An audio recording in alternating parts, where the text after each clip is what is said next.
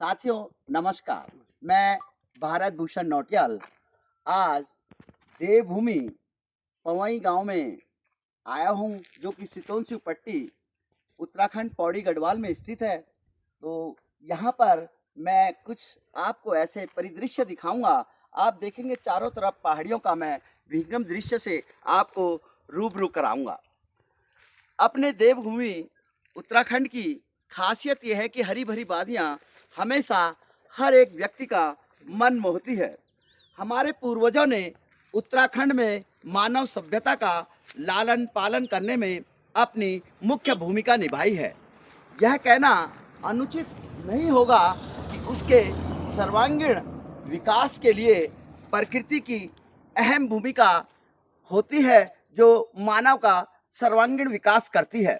इसलिए हर मानव का ये दायित्व बनता है कि वह प्रकृति और पर्वतों के संरक्षण के लिए समाज को जागरूक करने का काम समय समय पर करता रहे, क्योंकि जल, जंगल, जमीन के प्रति समर्पण, प्रेम और सम्मान का भाव ही मानव को समृद्धशाली और प्रभावी बना सकता है।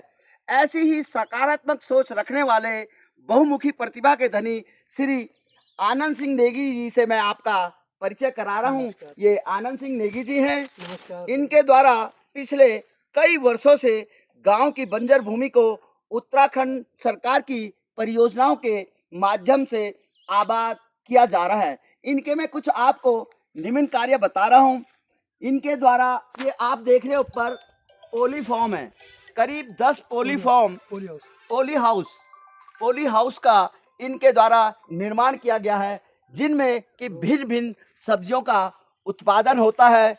सेब के 650 पेड़ इनके द्वारा यहाँ पर लगाए गए हैं, आड़ू के 50 पेड़ लगाए गए हैं और भिन्न भिन्न प्रकार के अन्य वृक्ष, ये आप देख रहे हैं वृक्षों की श्रृंखला।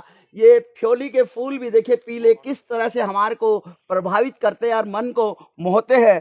ये लगाए गए हैं, जो कि अपने आसपास के गांवों को स्वरोजगार प्रदान करता है। खुद तो इनको भी कुछ न कुछ इससे जीविका प्रोजन के साधन मिलते हैं, लेकिन गांव वालों को भी ये रोजगार देते हैं, उसमें इनकी अहम भूमिका है। आदरणीय नेगी जी के लिए तो बस इतना ही मैं कहना चाहूँगा। आनंद नेगी जी के नाम में ही आनंद छुपा है। आनंद नेगी जी के नाम में ही आनंद छुपा हुआ है। समाज के कार्यों के लिए ही तो इनका जन्म हुआ है। समाज के कार्यों के लिए ही तो इनका जन्म हुआ है। निरंतर प्रगति के पथ पर आनंद जी आप आगे बढ़ते रहेंगे। निरंतर प्रगति के पथ पर आनंद जी आप आगे बढ़ते रहेंगे। कर्मठ, समाज कल्याण और जुझारूपन के साथ आप हमेशा ही चलेंगे। कर्मठ और जुझारूपन के साथ आप हमेशा ही चलेंगे। आप मन, वचन और कर्म से यदि भलाई के कार्य करते रहेंगे, अपने साथ साथ आप पहाड़ी संस्कृति का भी नाम जरूर रोशन करेंगे, जरूर रोशन करेंगे। पर्वतों के महत्व को जानकर समाज में इनके संरक्षण के प्रति जागरूकता को और भी बढ़ाया जा सकता है। पर्वतों की महानता से समाज को परिचित करके पहाड़ों के संरक्षण के लिए संगठित और जागरूक होकर सभी को प्रेरित करने का कार्य श्री आनंद सिंह नेगी जी कर रहे हैं। अब मैं आनंद सिंह नेगी जी आपसे ये जानना चाहूँगा कि आपका जन्म, लालन पालन शुरू में कहाँ से हुआ है? नमस्कार सभी लोगों को मेरा सादर प्रणाम और सुप्रभात। आज हम लोग सुंदर वादियों में हैं। हमारे आदरणीय बड़े भाई साहब नौटियाल जी दिल्ली से आए हैं एक शादी के फंक्शन में, और मेरा बहुत बड़ा सौभाग्य है। कल इन्होंने हमारे साथ अपना पूरा दिन सेलिब्रेट किया, हम लोग बहुत अच्छे से एंजॉय किया हमने। और आज नौटियाल जी आपके सामने हैं। और नौटियाल जी, मेरा जन्म दिल्ली में हुआ है, मेरा लालन पोषण और मेरी शिक्षा सब मेरी दिल्ली में हुई है। तो मैं ये जानना चाहूँगा कि गांव के प्रति जो आपका ये प्रेम, ये जो लगाव है, ये किस प्रकार से हुआ? मेरा गांव के प्रति बचपन से ही बहुत ज़्यादा लगाव था। हम लोग यहाँ शादियों में, और जब हमारे स्कूल की 2 महीने की छुट्टियाँ होती थी, तब हम लोग हमेशा हर साल यहाँ आते थे। यहाँ की सुंदर सुंदर व्यू, सुंदर वातावरण, सुंदर हवा, स्वच्छ हवा और ये हमारे यहाँ के सुंदर पेड़, यहाँ के सुंदर लोग मुझे बहुत लुभाते थे, मुझे बहुत प्रसन्नता महसूस होती थी और मैं यहाँ आकर के अपने आप को गौरवान्वित महसूस करता था और मुझे इतना अच्छा लगता था यहाँ। और मैं सोचता था कि कभी अगर भविष्य में भगवान ने मुझे अगर अपना आशीर्वाद दिया तो मैं यहाँ आकर कुछ करना चाहूँगा। तो ये मेरे लिए बहुत बड़ी बात है। और जय देवभूमि, जय उत्तराखंड, भारत माता की जय। मैं ये देख रहा हूँ, देखो चारों तरफ बंजर भूमि है, लेकिन आपने अपने आसपास के क्षेत्र को अपनी मेहनत कस और लगन से बहुत ही सलीकेवार आबाद किया हुआ है। तो ये आपको प्रेरणा जो बंजर भूमि को आबाद करने की, पेड़ पौधे लगाने की, प्रकृति को संवारने की, ये प्रेरणा आपको कहाँ से मिली? मैंने एक पुस्तक में पढ़ा था कि एक वृक्ष हजारों पुत्रों के समान है, छोटे में। तो वो कहीं ना कहीं मेरे दिल के जहन के अंदर तक समाया हुआ था।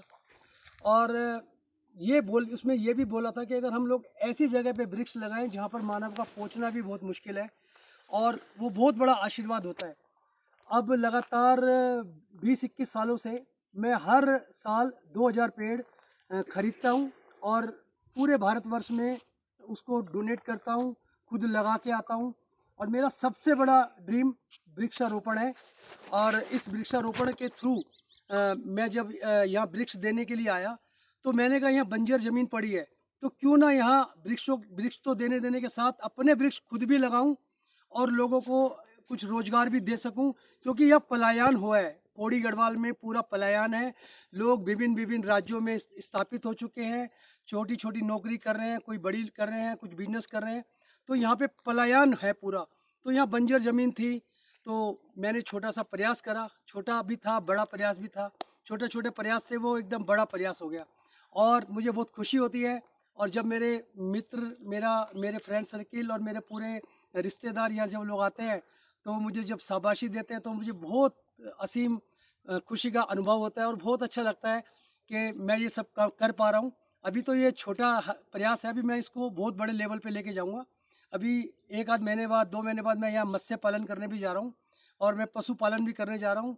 मेरे 2 रिजोर्ट भी हैं, एक अभी बन के 1-1.5 महीने में तैयार हो जाएगा और उसके बाद दूसरा मैं यहीं बनाऊँगा। आप देख रहे हैं ऊपर, ये दूसरा रिजोर्ट मेरा यहाँ बनेगा।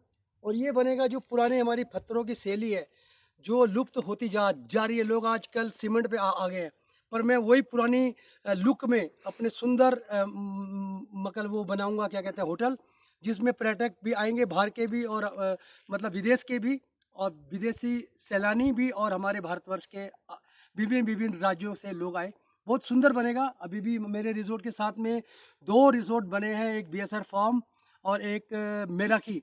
उन्होंने बहुत सुंदर हमारे उत्तराखंड की कल्चरल सभ्यता को स्थापित किया है और यहीं के जो गाँव के हमारे लोग हैं वही अपने हाथों से वो चीज़ बनाते हैं। और वो जो हमारे पुराने मकान हैं जो जर्जर हो चुके हैं, उनकी पटाली से वो मकान बने हुए हैं और देखने लायक हैं। आप भी कभी, मैं आपसे निवेदन करता हूँ कि अगर आप शांति प्रिय हैं तो आप आएँ यहाँ पर। इतनी सुकून, इतनी शांति है यहाँ। मैं निश्चित तौर पे कहता हूँ कि अगर कोई यहाँ पे रहेगा तो 20 से 25 साल उसकी एज बढ़ेगी। और ये मेरा मतलब वो था कि मैं यहाँ आकर के कुछ कर सकूँ और मेरे को इसमें भारत सरकार का, उत्तराखंड गवर्नमेंट का बहुत सहयोग मिला।